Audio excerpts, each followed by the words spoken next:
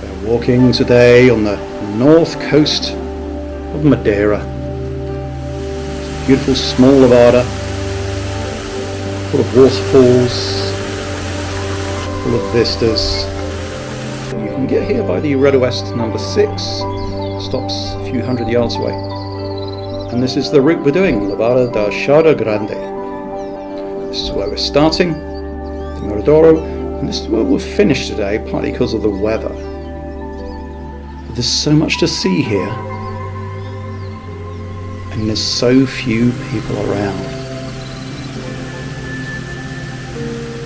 And look at this. This is what we came to see, the waterfalls. Cascata Ribeira dos Moinhos, the waterfall of the mill stream.